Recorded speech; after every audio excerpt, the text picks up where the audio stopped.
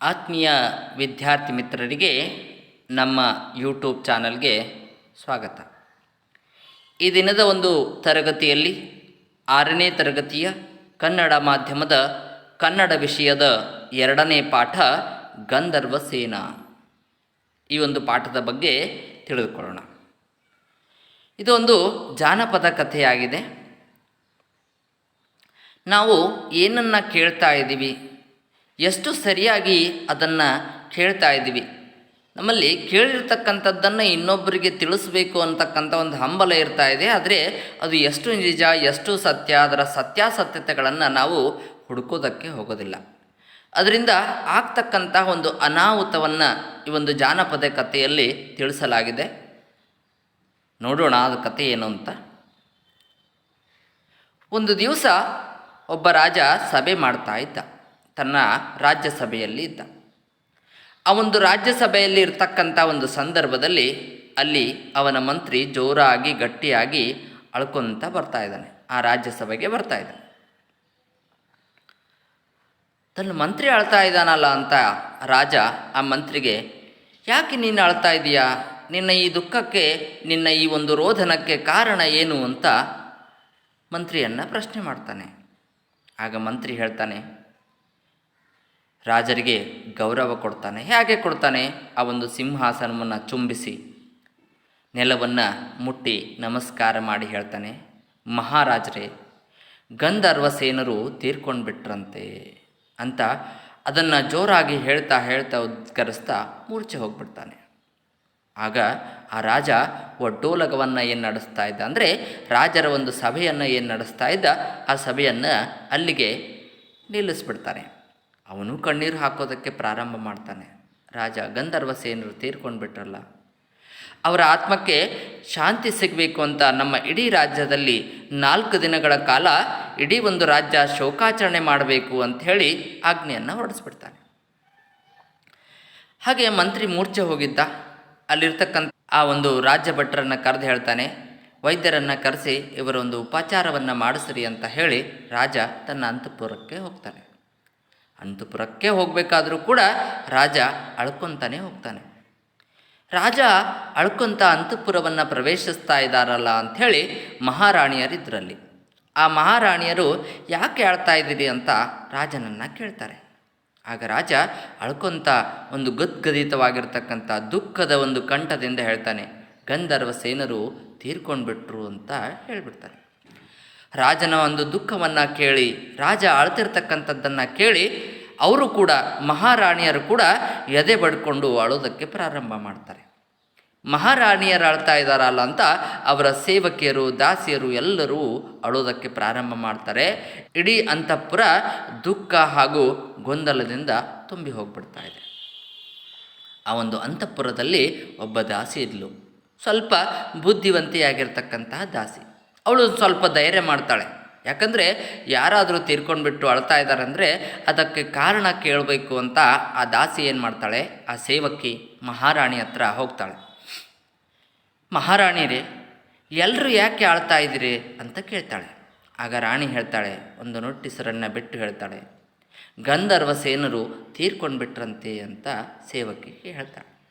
ಸೇವಕಿ ಸ್ವಲ್ಪ ಚುರುಕಾಗಿದ್ಲಲ್ಲ, ಬುದ್ಧಿವಂತೆಯಾಗಿದ್ಲಲ್ಲ, ಅವಳು ಸ್ವಲ್ಪ ಆಲೋಚನೆಯನ್ನು ಮಾಡಿ, ನಮ್ಮ ರಾಜರಿಗೂ ಈ ಒಂದು ಗಂಧರ್ವ ಸೇನರಿಗೂ ಏನು ಸಂಬಂಧ ಅಂತ ಸ್ವಲ್ಪ ಆತಂಕದಿಂದಲೇ ಕೇಳ್ತಾಳೆ. ಯಾಕಂದರೆ ಮೊದಲೇ ಮಹಾರಾಣಿಯರಿಗೆ ಕೇಳ್ತಾ ಇದ್ದಾಳೆ, ತಾನು ಕೇಳ್ತಕ್ಕಂಥದ್ದು ಎಷ್ಟೊಂದು ಸರಿ ತಪ್ಪು ಒಂದು ಭಯದಿಂದ ಅವಳು ಮಹಾರಾಣಿಗೆ ಕೇಳ್ತಾಳೆ, ಈ ಒಂದು ರಾಜರಿಗೂ ಆ ಒಂದು ಗಂಧರ್ವ ಸೇನರಿಗೂ ಏನು ಸಂಬಂಧ ಅಂತ ಕೇಳ್ತಾಳೆ. ಹೌದು, ಅದು ನನಗೂ ಕೂಡ ಗೊತ್ತಿಲ್ಲ, ಅದನ್ನು ಕೇಳಿ ತಿಳ್ಕೊಳ್ಬೇಕು ಅಂತ ರಾಣಿ ಮಹಾರಾಜರ ಹತ್ರ ಹೋಗ್ತಾಳೆ. ಹೋಗಿ, ರಾಜರೇ, ಈ ಗಂಧರ್ವ ಸೇನರು ಯಾರು ಅಂತ ಹೇಳಿಬಿಡ್ತಾಳೆ.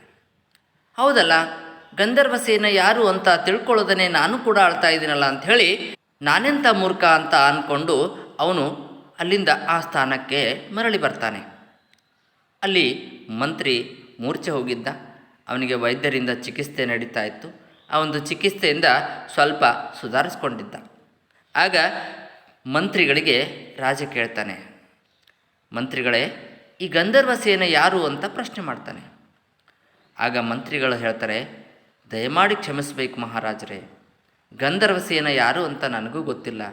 ಆದರೆ ನಮ್ಮ ಈ ಒಂದು ಸೈನ್ಯದ ಮುಖ್ಯಸ್ಥ ಏನಿದ್ದಾರೆ, ಆ ಮುಖ್ಯಸ್ಥ ಗಂಧರ್ವಸೇನ ಸತ್ತೋಗ್ಬಿಟ್ರು ಅಂತ ನನಗೆ ಹೇಳಿ ಜೋರಾಗಿ ಅಳ್ತಾ ಇದ್ರು. ಅದನ್ನು ಕೇಳಿ ನಾನು ಹತ್ಬಿಟ್ಟೆ. ಅದು ನಿಮಗೆ ಹೇಳಬೇಕನ್ನಿಸ್ತು, ಬಂದು ನಿಮಗೆ ಹೇಳಿದೆ ಅಂತ ಹೇಳ್ತಾನೆ. ಆಗ ರಾಜ ಹೇಳ್ತಾನೆ, ಏಲೋ ಮೂರ್ಖ, ಎಂಥ ಕೆಲಸ ಮಾಡಿಬಿಟ್ಟು, ಮೊದಲು ಹೋಗಿ ಈ ಒಂದು ಗಂಧರ್ವಸೇನ ಯಾರು ಅಂತ ತಿಳ್ಕೊಂಡು ಬಂದು ನನಗೆ ಹೇಳಬೇಕು ಅಂತ ಸಿಟ್ಟಿನಿಂದ ಹೇಳ್ಬಿಡ್ತಾರೆ. ಅಯ್ಯೋ, ಕೇಳಿದ ಕಿವಿ ಊರಿಗೆ ಮಾರಿ ತಂದಿತ್ತಲ್ಲ ಅಂದ್ಕೊಂಡು ಅಲ್ಲಿಂದ ಕಾಲಿಗೆ ಬುದ್ಧಿ ಹೇಳಿ ಹಾಗೆ ಆಗಲಿ ಅಂತ ಹೇಳಿ ಆ ಮಂತ್ರಿ ಅಲ್ಲಿಂದ ಹೊರಟು ನಿಲ್ತಾನೆ. ಅವನು ಸೀದಾ ಎಲ್ಲಿಗೆ ಬರ್ತಾನೆ? ಆ ಒಂದು ಪಡೆಯ ಒಂದು ಸೈನ್ಯದ ಮುಖ್ಯಸ್ಥನ ಬಳಿಗೆ ಬರ್ತಾನೆ. ಬಂದು ಕೇಳ್ತಾನೆ, ಈ ಗಂಧರ್ವಸೇನ ಯಾರು ಅಂತ ಆ ಒಂದು ಪಡೆಯ ಮುಖ್ಯಸ್ಥನಿಗೆ ಕೇಳ್ತಾನೆ. ಅದಕ್ಕೆ ಅವನು ಹೇಳ್ತಾನೆ, ಸ್ವಾಮಿ, ನನಗೂ ಕೂಡ ಗೊತ್ತಿಲ್ಲ. ಬೆಳಿಗ್ಗೆ ಗಂಧರ್ವಸೇನ ಸತ್ರು ಅಂತ ನನ್ನ ಹೆಂಡತಿ ಅಳ್ತಾ ಹೇಳಿದ್ಲು. ಅದನ್ನು ನಿಮಗೆ ಹೇಳಬೇಕನ್ನಿಸ್ತು, ನಾನು ನಿಮಗೆ ಹೇಳಿದೆ ಅಂತ ಹೇಳ್ತಾನೆ. ಆಗ ಮಂತ್ರಿಗೆ ತಲೆ ಸಿಡ್ದಂತಾಗ್ತಾ ಇದೆ. ಎಂಥ ಕೆಲಸ ಮಾಡಿಬಿಟ್ವಿ, ಈ ಗಂಧರ್ವಸೇನ ಯಾರು ಅಂತ ತಿಳ್ಕೊಂಡು ಬಾ ಅಂತ ರಾಜ ಕಳಿಸಿದ್ದಾನೆ. ನಡಿ, ಮೊದಲು ನಿಮ್ಮ ಮನೆಗೆ ಹೋಗಿ ನಿನ್ನ ಹೆಂಡತಿಯ ಬಳಿ ಈ ಒಂದು ವಿಷಯವನ್ನು ತಿಳ್ಕೊಳ್ಳೋಣ ಅಂಥೇಳಿ ಅವನು ಮತ್ತು ಮುಖ್ಯಸ್ಥ ಇಬ್ಬರೂ ಸೇರಿಕೊಂಡು ಆ ಒಂದು ಮುಖ್ಯಸ್ಥನ ಮನೆಗೆ ಬರ್ತಾರೆ. ಅವನ ಒಂದು ಮಡದಿ ಅಂದರೆ ಮುಖ್ಯಸ್ಥನ ಹೆಂಡತಿಗೆ ಕೇಳ್ತಾರೆ, ಗಂಧರ್ವಸೇನ ಯಾರಮ್ಮ ಅಂತ ಕೇಳ್ತಾಳೆ. ಅದಕ್ಕೆ, ಕ್ಷಮಿಸಬೇಕು ಸ್ವಾಮಿ, ನನಗೂ ಆ ಗಂಧರ್ವಸೇನ ಯಾರು ಅಂತ ಗೊತ್ತಿಲ್ಲ. ಅವರು ಏನು ಮಾಡ್ತಾರೆ ಅನ್ನೋದು ಕೂಡ ಗೊತ್ತಿಲ್ಲ. ಬೆಳಿಗ್ಗೆ ನಾನು ಸ್ನಾನ ಮಾಡೋದಕ್ಕಂತ ಕೆರೆಗೆ ಹೋಗಿದ್ದೆ. ಅಲ್ಲಿ ಈ ಒಂದು ಅಗಸಗಿತ್ತಿ ಅಂದರೆ ಮಡಿವಾಳ್ತಿ ಏನು ಮಾಡ್ತಾ ಇದ್ಲು, ನನ್ನ ಗಂಧರ್ವಸೇನ ಸತ್ತೋಗ್ಬಿಟ್ಟ, ನನ್ನ ಗಂಧರ್ವಸೇನ ತೀರ್ಕೊಂಡ್ಬಿಟ್ಟ ಅಂತ ಎದೆ ಬಡ್ಕೊಂಡು ಅಳ್ತಾ ಇದ್ಲು. ನಾನು ಕೂಡ ಅವಳ ಜೊತೆ ಹತ್ಬಿಟ್ಟೆ. ಅದನ್ನು ಬಂದು ನನ್ನ ಗಂಡನಿಗೆ ತಿಳಿಸ್ದೆ ಅಂತ ಹೇಳ್ತಾಳೆ. ಮತ್ತಷ್ಟು ಕೋಪ ಬರ್ತಾ ಇದೆ. ಇದೇನಾಗ್ಬಿಡ್ತಲ್ಲ ಅಂತ ತಲೆ ಮೇಲೆ ಕೈ ಹೊತ್ಕೊಂಡು ಕುಳಿತುಕೊಂಡು ಬಿಡ್ತಾನೆ. ಏನಾದರೂ ಆಗಲಿ, ಈ ಗಂಧರ್ವಸೇನ ಯಾರು ಅಂತ ನಾನು ತಿಳ್ಕೊಳ್ಳೇಬೇಕು ಅಂಥೇಳಿ ಆ ಒಂದು ಪಡೆಯ ಮುಖ್ಯಸ್ಥ, ಮಂತ್ರಿ ಮತ್ತು ಅವನ ಮಡದಿ ಎಲ್ಲರೂ ಸೇರಿಕೊಂಡು ಆ ಒಂದು ಅಗಸಗಿತ್ತಿಯ ಮನೆಗೆ ಬರ್ತಾರೆ. ಆ ಒಂದು ಮಡಿವಾಳ್ತಿಯ ಮನೆಗೆ ಬರ್ತಾರೆ. ಬಂದವರೇ ಅವಳನ್ನು ಕೇಳ್ತಾಳೆ, ಗಂಧರ್ವಸೇನ ಯಾರು ಅಂತ ಕೇಳ್ತಾರೆ. ಇವರು ಹೀಗೆ ಕೇಳಿದ್ದೇ ತಡ ಅವಳಿಗೆ ದುಃಖ ಹೆಚ್ಚಾಗ್ತಾ ಇದೆ. ಅವಳು ಹೇಳ್ತಾಳೆ, ಸ್ವಾಮಿ, ನನಗೆ ಅದೃಷ್ಟ ಇಲ್ಲ. ಈಗಲೂ ನನ್ನ ಹೃದಯ ಅವನಿಗಾಗಿ ಮಿಡಿತಾ ಇದೆ. ಗಂಧರ್ವಸೇನ ನನ್ನ ಪ್ರೀತಿಯ ಕತ್ತೆ. ಅದನ್ನು ನಾನು ನನ್ನ ಮಗನಿಗಿಂತ ಹೆಚ್ಚಾಗಿ ಮುದ್ದಿನಿಂದ ಬೆಳೆಸಿದ್ದೆ. ನನ್ನ ಎಲ್ಲ ವ್ಯವಹಾರಗಳನ್ನು ಅವನೇ ನೋಡ್ಕೊಳ್ತಾ ಇದ್ದ. ಆದರೆ ನಿನ್ನೆ ರಾತ್ರಿ ಕಣ್ಣು ಮುಚ್ಕೊಂಡ್ಬಿಟ್ಟ, ನನ್ನ ಹೊಟ್ಟೆ ಮೇಲೆ ಕಲ್ಲು ಹಾಕಿಬಿಟ್ಟ ಅಂತ ಗೋಳೋ ಅಂತ ಅಳೋದಕ್ಕೆ ಪ್ರಾರಂಭ ಮಾಡ್ತಾಳೆ. ಇದನ್ನು ಕೇಳಿರ್ತಕ್ಕಂಥ ಮಂತ್ರಿ, ಮುಖ್ಯಸ್ಥ, ಅವನ ಹೆಂಡತಿ ಒಬ್ಬರ ಮುಖ ಒಬ್ಬರು ನೋಡ್ಕೊಳ್ತಾರೆ. ಅಲ್ಲಿಂದ ಹೊರಗೆ ಬರ್ತಾರೆ. ಮಂತ್ರಿ ಸೀದಾ ಬಂದವನೇ ಅರಮನೆಗೆ ಬರ್ತಾನೆ. ರಾಜನ ಕಾಲಿಗೆ ಬಿದ್ದು ನಿಜಾಂಶವನ್ನು ಹೇಳ್ತಾನೆ. ಗಂಧರ್ವಸೇನರು ಸತ್ತು ಹೋದರು ಅಂತ ನಾವೆಲ್ಲ ಏನು ಶೋಕ ಪಡ್ತಾ ಇದ್ದೀವಿ, ಅದು ಬೇರೆ ಯಾರೂ ಅಲ್ಲ, ಮಡಿವಾಳ್ತಿಯ ಪ್ರೀತಿಯ ಕತ್ತೆ ಅಂತ ಹೇಳಿದಾಗ ರಾಜ ಅವನಿಗೆ ಹಿಗ್ಗ ಮುಗ್ಗ ಬೈತಾನೆ. ಆದರೆ ಶಿಕ್ಷೆ ಕೊಡೋದಿಲ್ಲ. ಈ ಸುದ್ದಿ ಅಂತಃಪುರಕ್ಕೆ ತಿಳಿತಾ ಇದೆ. ರಾಣಿಯರ ಕಿವಿಗೆ ಮುಟ್ಟಿಬಿಡ್ತಾ ಇದೆ. ಒಂದು ಕುರಿ ಹಳ್ಳಕ್ಕೆ ಬಿತ್ತು ಅಂದರೆ ಎಲ್ಲ ಬಿದ್ದುಬಿಟ್ವಲ್ಲ ಅಂತ ರಾಜ ಮತ್ತು ಅವನ ಆ ಸ್ಥಾನದ ಮೂರ್ಖತನಕ್ಕಾಗಿ ರಾಣಿಯರು ಹೊಟ್ಟೆ ಹುಣ್ಣಾಗುವಂತೆ ನಗೋದಕ್ಕೆ ಪ್ರಾರಂಭ ಮಾಡ್ತಾರೆ. ನೋಡಿದ್ರಲ್ಲ ಸ್ನೇಹಿತರೆ, ಯಾವುದೇ ಒಂದು ಮಾತಿನ ಸತ್ಯಾಸತ್ಯತೆಗಳನ್ನು ಪೂರ್ತಿ ತಿಳಿಯದೇನೆ ನಾವು ಆ ಒಂದು ವಿಷಯವನ್ನು ಇತರರಿಗೆ ತಿಳಿಸ್ತಾ ಹೋದರೆ ಅಲ್ಲಿ ಆಗ್ತಕ್ಕಂಥ ಒಂದು ಅನಾಹುತವನ್ನು ನಾವು ಈ ಕಥೆಯಿಂದ ತಿಳ್ಕೊಂಡ್ವಿ. ಈಗ ಈ ಒಂದು ಪಾಠವನ್ನು ಓದೋಣ. ಒಂದು ದಿನ ಒಬ್ಬ ರಾಜ ಒಡ್ಡೋಲಗದಲ್ಲಿದ್ದಾಗ ಅವನ ಮಂತ್ರಿ ಗಟ್ಟಿಯಾಗಿ ಅಳುತ್ತಾ ಬಂದನು. ಅವನ ರೋದನಕ್ಕೆ ಕಾರಣವೇನು ಎಂದು ರಾಜ ಪ್ರಶ್ನಿಸಿದ.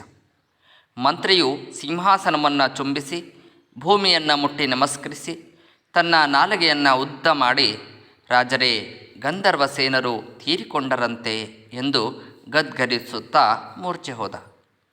ರಾಜನು ಒಡ್ಡೋಲಗವನ್ನು ಅಲ್ಲಿಗೆ ಪರಿಸಮಾಪ್ತಿಗೊಳಿಸಿ ಕಣ್ಣೀರು ಸುರಿಸುತ್ತಾ ಗಂಧರ್ವಸೇನ ಆತ್ಮಶಾಂತಿಗಾಗಿ 4 ದಿನಗಳ ಕಾಲ ರಾಜ್ಯಾದ್ಯಂತ ಎಲ್ಲರೂ ಶೋಕಾಚರಣೆ ಮಾಡಬೇಕು ಎಂದು ಆಜ್ಞಾಪಿಸಿದ. ಮಂತ್ರಿಯ ಆರೈಕೆಗೆ ವೈದ್ಯರನ್ನು ಕರೆಸಿ ಉಪಚರಿಸುವಂತೆ ರಾಜಭಟ್ಟರಿಗೆ ತಿಳಿಸಿ ಅಂತಃಪುರಕ್ಕೆ ಬಂದ. ರಾಜ ಅಲ್ಲಿಯೂ ಕರುಳು ಕಿತ್ತು ಬರುವಂತೆ ಅಳತೊಡಗಿದ. ರಾಣಿಯರು ಅವನ ಶೋಕಕ್ಕೆ ಕಾರಣವನ್ನು ಕೇಳಿದರು. ಗಂಧರ್ವಸೇನರು ತೀರಿಕೊಂಡರು ಎಂದು ರಾಜ ಗದ್ಗದ ಕಂಠದಿಂದ ಹೇಳಿದಾಗ ರಾಜನ ದುಃಖ ತಮ್ಮ ದುಃಖ ಎಂದು ಅವರೂ ಕೂಡ ಕರುಳು ಹಿಂಡುವಂತೆ ಎದೆ ಬಡಿದುಕೊಂಡು ಅಳಲಾರಂಭಿಸಿದರು. ಇಡೀ ಅಂತಃಪುರ ದುಃಖ ಹಾಗೂ ಗೊಂದಲದಿಂದ ತುಂಬಿತು. ರಾಣಿಯ ಸೇವಕಿಯೊಬ್ಬಳಿಗೆ ಈ ಎಲ್ಲ ಗೊಂದಲ ಏಕೆಂದು ತಿಳಿಯಲಿಲ್ಲ. ಅವಳು, ಮಹಾರಾಣಿಯರೇ, ಎಲ್ಲರೂ ಏಕೆ ಅಳುತ್ತಿದ್ದಾರೆ ಎಂದು ಕೇಳಿದಳು.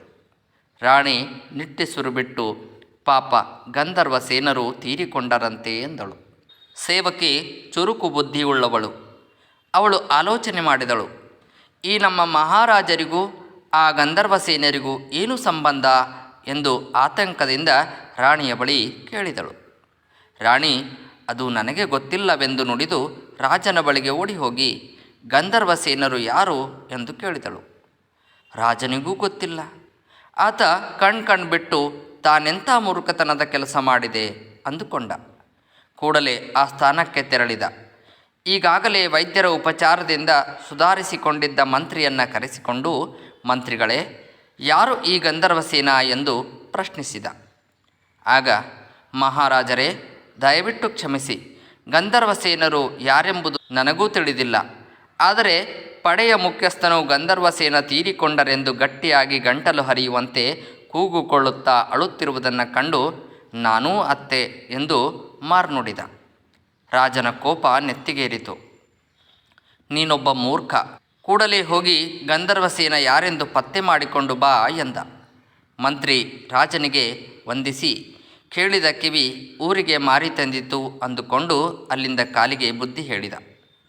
ಪಡೆಯ ಮುಖ್ಯಸ್ಥನನ್ನು ಕಂಡು ಗಂಧರ್ವಸೇನರು ಯಾರು ಎಂದು ಪ್ರಶ್ನಿಸಿದ. ಸ್ವಾಮಿ, ಅವರು ಯಾರು, ಏನಾಗಿದ್ದರು ಎಂದು ನನಗೆ ತಿಳಿಯದು. ಆದರೆ ಅವರು ತೀರಿಕೊಂಡರೆಂದು ಸ್ವತಃ ನನ್ನ ಹೆಂಡತಿಯೇ ಅಳುತ್ತಿದ್ದಳು. ಈ ಸುದ್ದಿಯನ್ನು ನಿಮಗೆ ಹೇಳಬೇಕೆನ್ನಿಸಿತು, ಬಂದು ಹೇಳಿದೆ ಎಂದನು. ಮಂತ್ರಿ ತಲೆಯ ಮೇಲೆ ಕೈ ಹೊತ್ತು ಕುಳಿತ. ಇರಲಿ, ಇವನ ಹೆಂಡತಿಯನ್ನು ವಿಚಾರಿಸೋಣ ಎಂದು ಇಬ್ಬರೂ ಆತನ ಮನೆಗೆ ಹೋಗಿ, ಯಾರಮ್ಮ ಈ ಗಂಧರ್ವಸೇನ ಎಂದು ಕೇಳಿದರು. ಅವಳು, ಸ್ವಾಮಿ, ಗಂಧರ್ವಸೇನರ ಪರಿಚಯ ನನಗಿಲ್ಲ. ಆ ದಿವಸ ಬೆಳಗ್ಗೆ ಸ್ನಾನ ಮಾಡಲಿಕ್ಕೆ ಕೆರೆಗೆ ಹೋಗಿದ್ದೆ. ಅಲ್ಲಿ ಮಡಿವಾಳ್ತಿ ತನ್ನ ಗಂಧರ್ವಸೇನ ಸತ್ತಿದ್ದಾನೆಂದು ಬಾಯಿ ಬಡಿದುಕೊಂಡು ಒಂದೇ ಸಮನೆ ಅಳುತ್ತಿದ್ದಳು. ಅದನ್ನು ನೋಡಿ ನಾನೂ ಅತ್ತೆ, ಗಂಡನ ಬಳಿ ಹೇಳಿದೆ ಎಂದಳು. ಮಂತ್ರಿಗೆ ತಲೆ ಸಿಡಿದಂತಾಯಿತು. ಈ ಗಂಧರ್ವಸೇನ ಯಾರು? ತಲೆ ಚಚ್ಚಿಕೊಂಡ. ಏನೇ ಆಗಲಿ ಎಂದುಕೊಂಡು ಅವರೆಲ್ಲರೂ ಆ ಮಡಿವಾಳ್ತಿಯ ಮನೆಗೆ ಹೋಗಿ ಗಂಧರ್ವಸೇನ ಯಾರು ಎಂದು ಕೇಳಿದರು. ಅವಳು ದುಃಖಿಸತೊಡಗಿದಳು. ಸ್ವಾಮಿ, ನನಗೆ ಅದೃಷ್ಟವಿಲ್ಲ. ಈಗಲೂ ನನ್ನ ಹೃದಯ ಅವನಿಗಾಗಿ ಮಿಡಿಯುತ್ತಿದೆ. ಗಂಧರ್ವಸೇನ ನನ್ನ ಪ್ರೀತಿಯ ಕತ್ತೆ. ನನ್ನ ಮಗನಿಗಿಂತಲೂ ಹೆಚ್ಚಾಗಿ ಅವನನ್ನು ಮುದ್ದಿನಿಂದ ಬೆಳೆಸಿದ್ದೆ. ನಮ್ಮ ಎಲ್ಲ ವ್ಯವಹಾರಗಳನ್ನು ನೋಡಿಕೊಳ್ಳುತ್ತಿದ್ದ ಸ್ವಾಮಿ. ನಿನ್ನೆ ರಾತ್ರಿ ಕಣ್ಣು ಮುಚ್ಚಿಕೊಂಡು ಬಿಟ್ಟ, ನನ್ನ ಹೊಟ್ಟೆ ಮೇಲೆ ಕಲ್ಲು ಹಾಕಿಬಿಟ್ಟ ಎಂದು ಬಿಬ್ಬಿಟ್ಟು ಅತ್ತಳು. ಅದನ್ನು ಕೇಳಿದ ಮಂತ್ರಿ, ಮುಖ್ಯಸ್ಥ, ಅವನ ಹೆಂಡತಿ ಒಬ್ಬರ ಮುಖ ಒಬ್ಬರು ನೋಡಿಕೊಂಡು ಅಲ್ಲಿಂದ ಕಂಬಿಕ್ಕಿತ್ತರು. ಮಂತ್ರಿ ಅರಮನೆಗೆ ಬಂದು ರಾಜನ ಕಾಲಿಗೆ ಬಿದ್ದು ನಿಜಾಂಶವನ್ನು ಹೇಳಿದ. ಗಂಧರ್ವಸೇನರು ಸತ್ತರೆಂದು ನಾವೆಲ್ಲ ಶೋಕಿಸಿದ್ದೆವಲ್ಲ, ಅದು ಬೇರೆ ಯಾರೂ ಅಲ್ಲ, ಮಡಿವಾಳ್ತಿಯ ಪ್ರೀತಿಯ ಕತ್ತೆ ಎಂದು ಹೇಳಿದ. ರಾಜ ಅವನಿಗೆ ಹಿಗ್ಗಾಮುಗ್ಗ ಬೈದನು, ಆದರೆ ಶಿಕ್ಷಿಸದೆ ಬಿಟ್ಟುಬಿಟ್ಟ. ಈ ಸುದ್ದಿ ಅಂತಃಪುರದ ರಾಣಿಯರ ಕಿವಿಗೂ ಮುಟ್ಟಿತು.